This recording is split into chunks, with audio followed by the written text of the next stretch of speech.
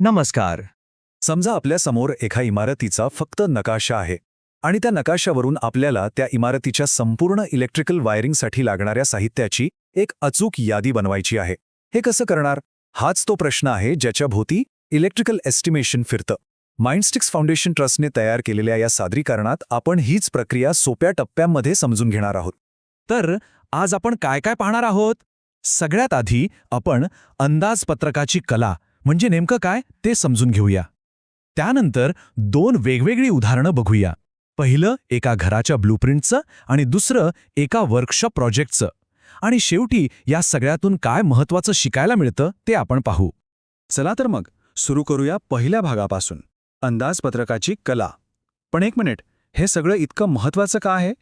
कारण या एका गोष्टीवरच कोणत्याही इलेक्ट्रिकल कामाची सुरक्षितता, ते किती व्यवस्थित होईल आणि अर्थातच त्याचा खर्च, हे सगळं अवलंबून असतं.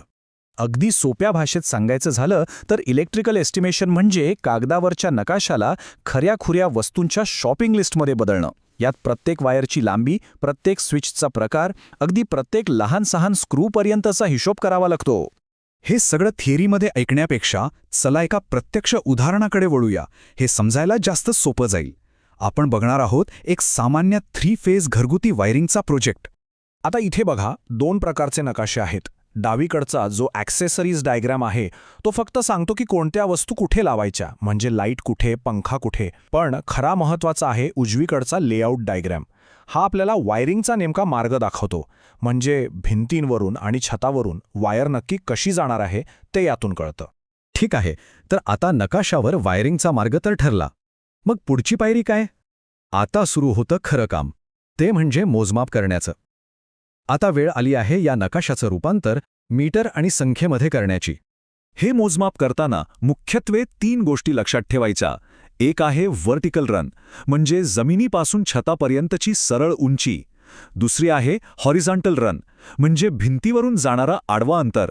आणि तिसरी गोष्ट म्हणजे डाऊन ड्रॉप्स, म्हणजे स्विचबोर्डपर्यंत खाली येणारी वायर. या 3 गोष्टींचं अचूक मोजमाप खूप महत्त्वाचं आहे. तर ही प्रक्रिया एकदम सरळ आहे. आधी उभं अंतर मोजायचं, मग आडवं, आणि शेवटी या सगळ्याची बेरीज करायची. यातून आपल्याला कंडक्टिव्हिटी पाईपची एकूण लांबी मिळते. आणि हो, असंच प्रत्येक सर्किटसाठी स्वतंत्रपणे गणना करावी लागते. पण थांबा, इथे एक खूप महत्त्वाची गोष्ट आहे. आपण जे काही मोजमाप करतो तेवढं साहित्य कधीच पुरत नाही, बरोबर? कारण काम करताना काही गोष्टी कापल्या जातात, वाया जातात, काही अनपेक्षित बदल करावे लागतात. म्हणूनच एकूण गणनेमध्ये नेहमी साधारणपणे 10% अतिरिक्त साहित्याची सोय करून ठेवली जाते. यालाच कंटिंजन्सी म्हणतात. आणि ह्या सगळ्या मेहनतीनंतर शेवटी आपल्या हातात काय येतं? तर ही बिल ऑफ मटेरियल्सची यादी. इथे बघा, प्रत्येक लहान सहान वस्तूची अचूक संख्या दिलेली आहे. PVC पाईप किती मीटर, वायर किती मीटर, सगळं काही. ही यादी असली की साहित्य खरेदी करणं एकदम सोपं होऊन जातं. बरं, घराचं तर झालं, पण विचार करा, जर आपल्याला एका वर्कशॉपची वायरिंग करायची असेल तर तिथे गोष्टी खूप वेगळ्या असतात. कारण तिथली विजेची गरज आणि उपकरणांचा प्रकार दोन्ही घरापेक्षा खूपच वेगळं असतं. घरात आपण साधारणपणे दिवे, पंखे म्हणजे कमी पॉवरच्या वस्तू वापरतो. पण वर्कशॉपमध्ये तिथे असतात मोठ्या, जास्त वीज खाणाऱ्या 3 फेज मोटर्स. आणि म्हणूनच तिथल्या वायरिंगसाठी पॉवर लोडची गणना करण्याची पद्धती पूर्णपणे बदलते. हा आहे त्या वर्कशॉपचा आराखडा. आता इथे वायरिंगचा मार्ग काढण्याची मूळ पद्धत जरी तीच असली तरी खरं आव्हान वेगळं आहे. आणि ते म्हणजे प्रत्येक मशीनसाठी नक्की किती करंट लागेल याची अचूक गणना करणं. मोठ्या औद्योगिक मोटर्ससाठी वायरचा आकार आपण अंदाजे नाही ठरवू शकत. त्यासाठी एक विशिष्ट सूत्र वापरावं लागतं. त्यात त्या मोटरचं व्होल्टेज, हॉर्स पॉवर आणि कार्यक्षमता या सगळ्या गोष्टींचा विचार करून करंटची गणना केली जाते. यामुळे सुरक्षितता टिकून राहते आणि उपकरणही व्यवस्थित चालतात. तर आपण घर आणि वर्कशॉप ही 2 उदाहरणं पाहिली. यावरून इलेक्ट्रिकल अंदाजपत्रकाचे काही मूलभूत आणि सार्वत्रिक नियम आपल्या लक्षात येतात, जे कुठेही लागू होतात. कोणताही इलेक्ट्रिकल प्रोजेक्ट असो, लहान किंवा मोठा, ही 5 तत्त्व लक्षात ठेवणं गरजेचं आहे. 1. नेहमी प्लॅनने सुरुवात करा. 2. पद्धतशीरपणे मोजमाप करा.